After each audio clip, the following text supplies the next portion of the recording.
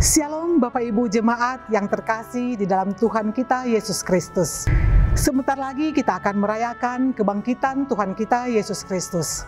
Kami dari Panitia Paskah GKPO Halim Perdana Kusuma tahun 2024 akan melaksanakan berbagai kegiatan dalam rangka Paskah. Antara lain, diakonia ke Panti Tunaganda Pasir Gunung Depok, berbagi kasih bersama saudara-saudara kita yang berpuasa, perlombaan anak sekolah minggu, dan puncaknya pada hari Minggu tanggal 31 Maret 2024 yaitu ibadah Paskah pagi-pagi benar. Mari Bapak Ibu, kami mengajak Bapak Ibu Jemaat GKPO Halim Perdana Kusuma untuk berpartisipasi mengambil bagian dalam kegiatan-kegiatan tersebut. Kami juga sangat mengharapkan bantuan dan uluran tangan dari Bapak Ibu Jemaat untuk berbagi ke Panti Tunaganda Pasir Gunung Depok. Kebutuhan-kebutuhan yang mereka butuhkan antara lain sembako, susu, pampers, peralatan mandi dan cuci. Sekecil apapun bantuan dari Bapak Ibu Jemaat sangat berarti bagi mereka. Atas bantuan, dukungan, dan partisipasi dari Bapak Ibu Jemaat sekalian, kami mengucapkan terima kasih. Tuhan Yesus memberkati.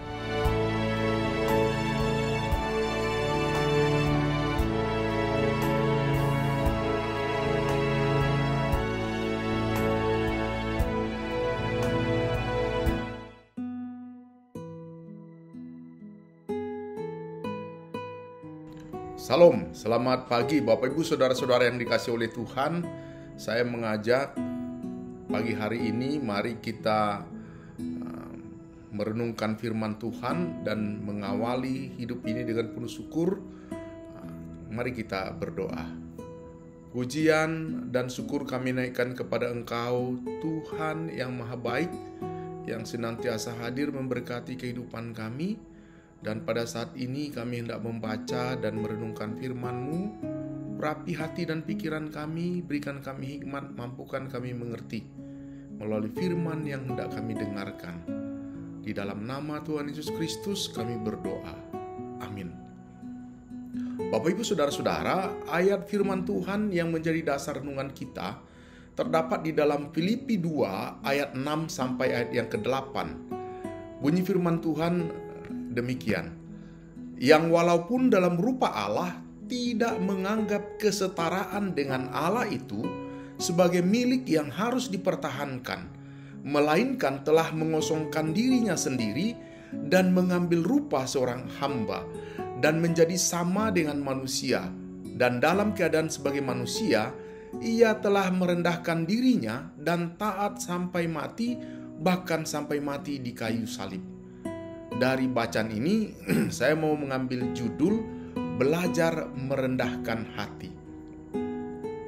Bapak Ibu Saudara-saudara yang dikasihi oleh Tuhan Yesus Kristus, kekuatan orang percaya dalam hidup bersama sebagai sebuah komunitas jemaat terletak kepada kesatuan hati, kesatuan pikiran, kesatuan kasih dan jiwa, dan kesatuan tujuan di antara para anggotanya. Sifat yang mementingkan diri sendiri dan menganggap dirinya lebih utama daripada yang lain menjadi ancaman yang dapat menimbulkan perpecahan di antara kebersamaan umat. Sebaliknya, anggota yang mementingkan dirinya sendiri akan mengancam keutuhan komunitas. Ketika ia menganggap dirinya paling hebat, paling penting, orang seperti ini sulit bekerja sama dengan orang lain. Baginya keutuhan komunitas bukanlah hal yang penting dan menjadi prioritas. Paulus melihat adanya ancaman dalam persekutuan umat yang berpotensi mengoyak kesatuan jemaat di Filipi, yaitu sifat mementingkan diri sendiri sehingga menganggap orang lain tidak penting, di mana orang-orang berlomba untuk lebih unggul dibandingkan dengan yang lain supaya mereka dihormati dan supaya mereka dipandang oleh sesamanya. Budaya yang semacam ini ternyata mulai teridentifikasi muncul juga di kalangan jemaat di Filipi dengan menganggap diri mereka lebih utama, lebih hebat, dan mementingkan diri sendiri dibanding kepentingan bersama.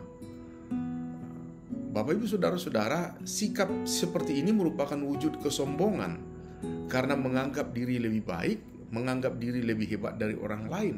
Sikap sombong ini dapat menghancurkan hubungan antar pribadi dengan pribadi dan pribadi dengan umat, dan berpotensi menghambat kemajuan komunitas keakraban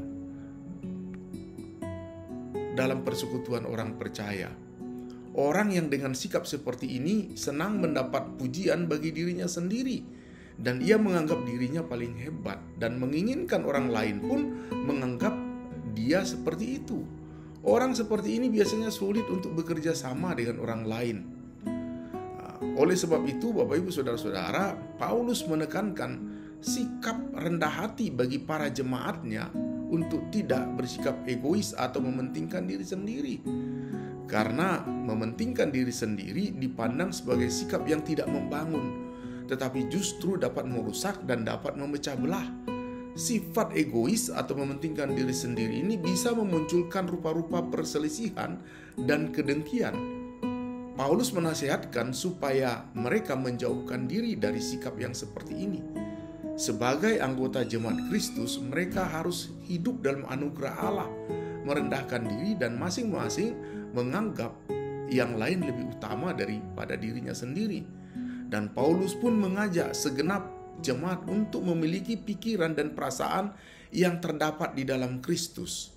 Paulus menggunakan potret Yesus yang berkenosis atau mengosongkan dirinya atau merendahkan diri. Yesus sendiri rela melepaskan identitas ilahinya dengan segala hak istimewanya.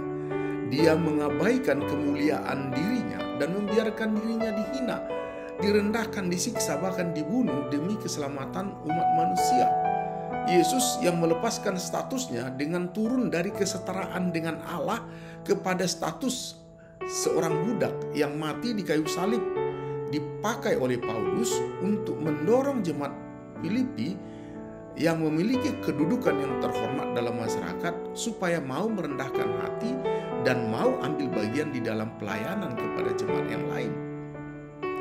Merendahkan diri memang bukan perkara yang mudah. Merendahkan diri memerlukan kebesaran jiwa untuk melakukannya. Kita perlu belajar dari teladan karakter Yesus Kristus yang mau berbesar hati, yang ditunjukkan melalui tindakan pengosongan dirinya, di mana ia rela mengesampingkan kemuliaan dan kehormatannya sebagai Allah dan mengambil rupa seorang hamba dan menjadi sama dengan manusia dalam keadaannya sebagai manusia. Ia merendahkan dirinya dan taat sampai mati di kayu salib. Ketaatan dan kerendahan hati Yesus sampai mati di kayu salib ini menjadi dasar kehidupan bagi kita orang percaya. Sebagai orang percaya, marilah kita melakukan seperti teladan ketaatan dan teladan kerendahan hati Yesus yang mau tunduk dalam otoritas Allah apapun risikonya. Bahkan sampai mati di kayu salib sebagai bukti kita juga mengasihi Tuhan dengan sepenuh hati. Teladan ini juga menjadi teladan yang harus kita ikuti sebagai orang percaya, yaitu mau mengosongkan diri atau merendahkan hati. Demikian firman Tuhan, kiranya firman Tuhan menjadi kekuatan kepada kita. Amin. Mari kita berdoa.